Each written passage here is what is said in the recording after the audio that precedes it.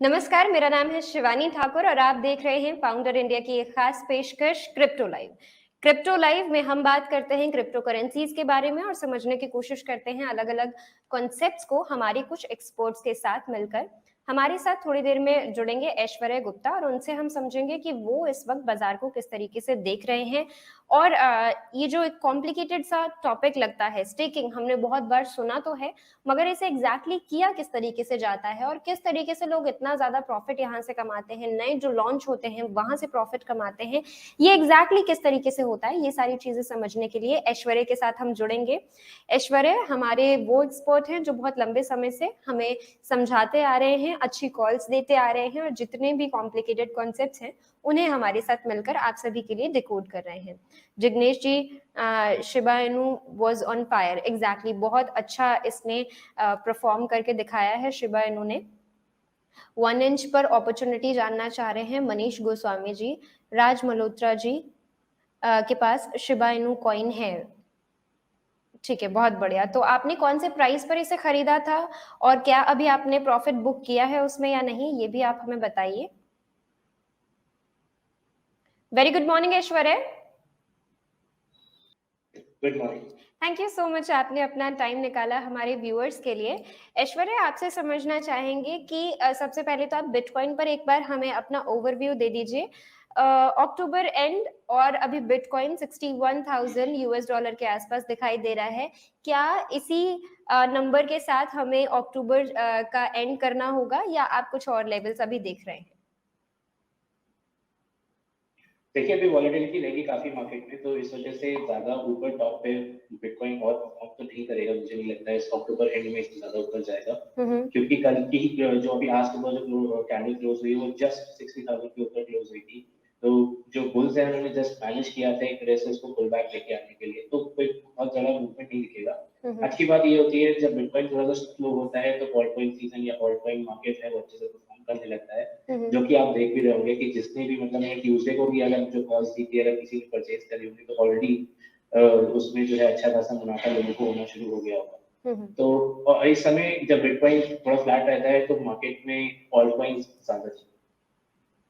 ठीक है, तो ये अभी बिटकॉइन पर राय ऐश्वर्या की तरफ से आती हुई। ऐश्वर्या, आज जो टॉपिक आपसे डिस्कस करना है थोड़ा सा कॉम्प्लिकेटेड है। स्टेकिंग पर आपने ही पिछली बार जो इस क्लासरूम को किया था और आपने ही समझाया था स्टेकिंग किस तरीके से होती है। आज बताइए कि ये जो नए कॉइन लॉन्च हो रहे होते हैं इन्हें किस तरीके से देख सकते हैं हमारे व्यूअर्स और यहाँ पर वो किस तरीके से मुनाफा कमा सकते हैं। उसके बाद कुछ एक सवाल बहुत जरूरी है, 1 इंच पर अपॉर्चुनिटी जानना चाह रहे हैं। पहले ये सवाल ले लेते हैं हम मनीष गोस्वामी जी का। कैसा लग रहा है? बहुत अच्छा इसने परफॉर्म करके दिखाया था 1 इंच ने। अभी आपको कैसा लग रहा है, ये क्या करना चाहिए इन्हें?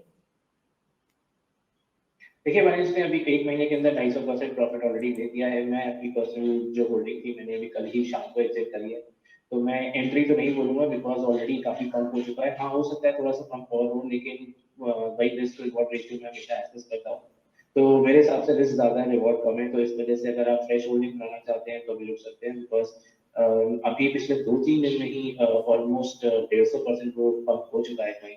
तो जो पॉइंट 150% ऊपर जा चुका है तो वो थोड़ा सा स्टेबलाइज होगा, थोड़ा सा करेक्ट होगा, फिर वापस से अपनी रैली के लिए पकड़। ठीक है, तो अगर किसी ने अभी तक प्रॉफिट बुक ना किया हो तो उन्हें कर लेना चाहिए इस प्राइस पर भी? हाँ, प्रॉफिट बुक कर लेना चाहिए क्योंकि $7 के ऊपर चल रहा है वेनाइस इस समय, जो कि काफी अच्छा प्राइस पॉइंट है। तो आप देख, अच्छा नीचे आ गया, सॉरी, तो मैंने ओके, अब ये नीचे आ गया है। अगर आपकी परचेज प्राइस से नीचे आ गया है तो आप इसको होल्ड कर सकते हैं, बट अगर आप फ्रेश एंट्री लेना चाहते हैं तो थोड़ा सा रुक के हो सकता है 4.8 के आसपास इस पर फ्रेश एंट्री ले सकते हैं। ठीक है, तो ये यहाँ पर राय जो शिबा कॉइन है, शिबा इनू, उसने बहुत अच्छा लोगों को शायद रिटर्न दिया होगा जिनके पास भी वो होगा। अभी उन्हें क्या करना चाहिए? क्या आपको लगता है वो और अच्छे रिटर्न्स दे सकता है या अभी उन्हें प्रॉफिट बुक करना चाहिए वहां पर? देखिए, शिबा इनू के लिए मैंने कभी सजेस्ट नहीं किया था, बहुत लोगों ने प्रॉफिट कमाया है, वो तो मैं उसके लिए बिल्कुल मना नहीं करता हूँ कि ऐसा है। मैं उस पर ये राय नहीं दे सकता कि वो और ऊपर जाएगा कि नहीं जाएगा, क्योंकि सबसे बड़ी बात शिबा इनू में लिक्विडिटी में, जो कॉइन इतना ऊपर मार्केट कैप में जा रहा है लेकिन उसकी 6 मिलियन 6.5 मिलियन लिक्विडिटी है, जिसका मतलब है अगर किसी एक ने भी डंप करना शुरू किया उसको तो वो सीधे 50%, 40% या 70% करेक्ट हो सकती है। मतलब अगर आपने 1,000 रुपए लगाए हैं और वो 2,000 हुए हैं और वापस से वो कम होकर 600-700 आ जाते हैं तो वो वाला सीन है इसके अंदर, क्योंकि लिक्विडिटी नहीं है। तो इसकी वजह से कोई भी आप एक्सचेंज देख लीजिए, बाइनेंस का, जब मैंने कल शाम को देखा था तो बाइनेंस में 6 मिनट की लिक्विडिटी थी, जिसका सिर्फ सीधा सा मतलब ये है कि अगर किसी वेल ने जरा सा भी सेल ऑर्डर डाल दिया यहाँ पे अपने प्रॉफिट बुक करने के लिए, तो सीधे सीधे सबसे बड़ी प्रॉब्लम यहाँ पे यही होगी कि मार्केट जो है बाकी लोग जो है उसको उठा के डंप करने लगेंगे। एंड मोस्टली शिबा इनो में जिन लोगों ने इन्वेस्ट किया है, जो नए इन्वेस्टर्स आए हैं उन्होंने किया है, तो पर्सनली मुझे ये लगता है कि इनको अगर जरा सा भी डाउन साइड दिखेगा तो ये भी पैनिक सेल करना शुरू कर देंगे, तो वो एक मोमेंटम स्टार्ट होगा और एकदम से करेक्शन। इसलिए मैंने पर्सनली इसमें इन्वेस्ट नहीं किया है, बहुत लोग इसको प्रमोट करते हैं बट मैं इसको थोड़ा सा साइड पे रखता हूं। चलिए ऐश्वर्या, आज मैंने एक अच्छा टॉपिक कवर करने का सोचा था क्योंकि उस पर सवाल आ रहे थे, अब यहाँ पर मैं देख रही हूँ कि और अलग सवाल आ रहे हैं, तो ये सवाल ही ले लेती हूँ पहले। मेटिक राज मल्होत्रा जी आपसे पूछ रहे हैं कि sir can I buy Matic at current market price? देखिए मैटिक में आपको पिछले 1 महीने से बोल रहा हूँ, $1 से ऑलमोस्ट डबल हो चुका है प्राइस में। मैटिक डिस्क्लोजर ही दे सकता हूँ कि मैं मैटिक में काम करता हूँ। तो बेसिकली मैटिक जो है टोकन अच्छा है, बहुत सारी चीजें हैं जो हो रही हैं और काफी डेवलपमेंट्स हैं मैटिक में। अगर आप उसको होल्ड करना चाहते हैं, परचेज करना चाहते हैं, 2-3 महीने के नजरिए से रखना चाहते हैं तो आपको एक अच्छा गेन दे सकता है। मैंने लास्ट वीक इसका टारगेट दिया था अप्रॉक्स $2 का, इस मंथ के एंड तक वो ऑलरेडी अचीव हो चुका है। तो अगर आप इसको 2-3 महीने के लिए होल्ड करना चाहते हैं, आप इसको 1.8, 1.9 पे वापस से एक्यूमुलेट कर सकते हैं अगर इसका प्राइसेस पे नहीं है तो, और उसके बाद आप इसको होल्ड कर सकते हैं थोड़ा टाइम पे। इसको छोटे प्रॉफिट में मत लीजिए, अच्छा एक रिटर्न आपको देगी। ठीक है। यहाँ पर उत्कर्ष जी का सवाल आया था कि can I buy Shiba Inu now, तो उससे पहले ही ऐश्वर्या ने मना कर दिया है कि वो उसे बिल्कुल प्रमोट नहीं करते और उसका एक बहुत वैलिड रीजन भी है। वो रीजन बहुत सही है जो उन्होंने बताया कि क्यों उसे नहीं लेना चाहिए और किस तरीके से उसका प्राइस जो है एकदम से नीचे आ सकता है अगर किसी भी बड़ी वेल ने उसे बेचना शुरू कर दिया, जिसके पास भी ज्यादा होल्डिंग होगी, अगर उसने बेचना शुरू किया तो हमें नुकसान हो सकता है। दिनेश शर्मा जी पूछ रहे हैं थीटा एंड एच बार में न्यू एंट्री बना सकते हैं क्या इस वक्त? थीटा मैं फॉलो करता हूँ, थीटा की मैं नोट भी रन करता हूँ। Theta is a good project, इसको भी आप इसको होल्ड कर सकते हैं अगले 1 महीने के लिए, आपको एक ऑल टाइम हाई बना के दे सकता है क्योंकि प्रोजेक्ट अच्छा है, काफी अच्छे बैकर्स हैं इसके। बैकर्स सैमसंग और सोनी जैसे बैकर्स हैं। यूट्यूब पे को फाउंडर इस प्रोजेक्ट में पर्सनली इन्वॉल्व हैं, तो प्रोजेक्ट अच्छा है थीटा एंड काफी अच्छा परफॉर्मेंस दे सकता है। एक ऑल टाइम हाई अप्रॉक्स $9, $10 के आसपास, $11 के आसपास जा सकता है ये। तो उसके बेसिस पे अगर आप इसको होल्ड करना चाहते हैं फॉर these 2 months तो आप इसको होल्ड कर सकते हैं। ठीक है, ये यहाँ पर सर ने आपको बता दिया है एग्जैक्टली आपको क्या करना है थीटा में। ठीक है, एच बार जो दूसरा वो जानना चाह रहे थे न्यू एंट्री के लिए, ये भी देख लेते हैं ये कैसा लग रहा है।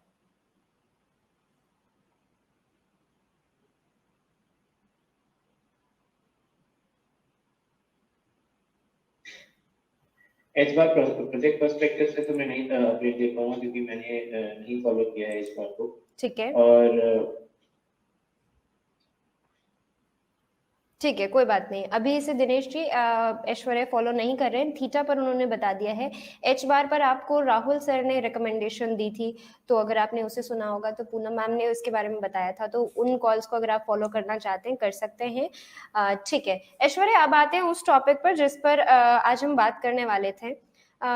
ये न्यू लॉन्च जो होते हैं इन्हें हमें किस तरीके से देखना चाहिए, क्योंकि जब भी कोई कॉइन नया लॉन्च होता है उसका प्राइस बहुत अट्रैक्टिव लगता है कभी कभी, और उस टाइम पे हमें किस तरीके से बिहेव करना है एग्जैक्टली क्रिप्टो में?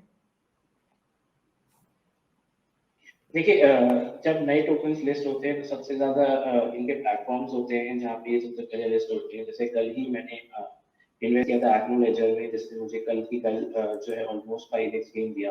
तो बेसिकली ये जितने भी कॉइन्स होते हैं, अगर आप बिल्कुल नए हैं मार्केट में तो ये सारे प्लेटफॉर्म्स नेविगेट करना थोड़ा डिफिकल्ट है। तो सबसे अच्छा तरीका अगर आपको किसी में इन्वेस्ट करना है तो आप बाइनेंस पे जाके या फिर दूसरा प्लेटफॉर्म है FT, वहां पे जाके कर सकते हैं। FTX में अगर आप छोटे इन्वेस्टर है तो मत जाइएगा, रीजन बीइंग आपको मिनिमम FTX कुछ होल्ड करने पड़ते हैं जिनकी वैल्यू कुछ मिनिमम लाखों में जाएगी, तो वो मिनिमम आपको होल्ड करने पड़ते हैं। अगर आप इतने ज्यादा इन्वेस्ट नहीं करना चाहते तो वहां पे मत जाइएगा। दूसरी जगह आप सिंपल बाइनेंस पे जा सकते हैं। बाइनेंस पे एक ऑप्शन आता है लॉन्च पूल का। लॉन्च पूल में जो भी नए प्रोजेक्ट्स आ रहे होते हैं वो वहां पे जाके प्रोसेस होते हैं। बाइनेंस प्रॉपर उसको उसकी नोटिफिकेशन भेजता है आपको। अगर आप ट्विटर पे उनको फॉलो करते हैं तो वो आपको बताता है। और उसमें जैसे आईपीओ में हम इन्वेस्ट करते हैं तो हम आईपीओ में अपना पैसा लॉक कर देते हैं 3 दिन के लिए, जब तक आईपीओ अलॉटमेंट नहीं होता है।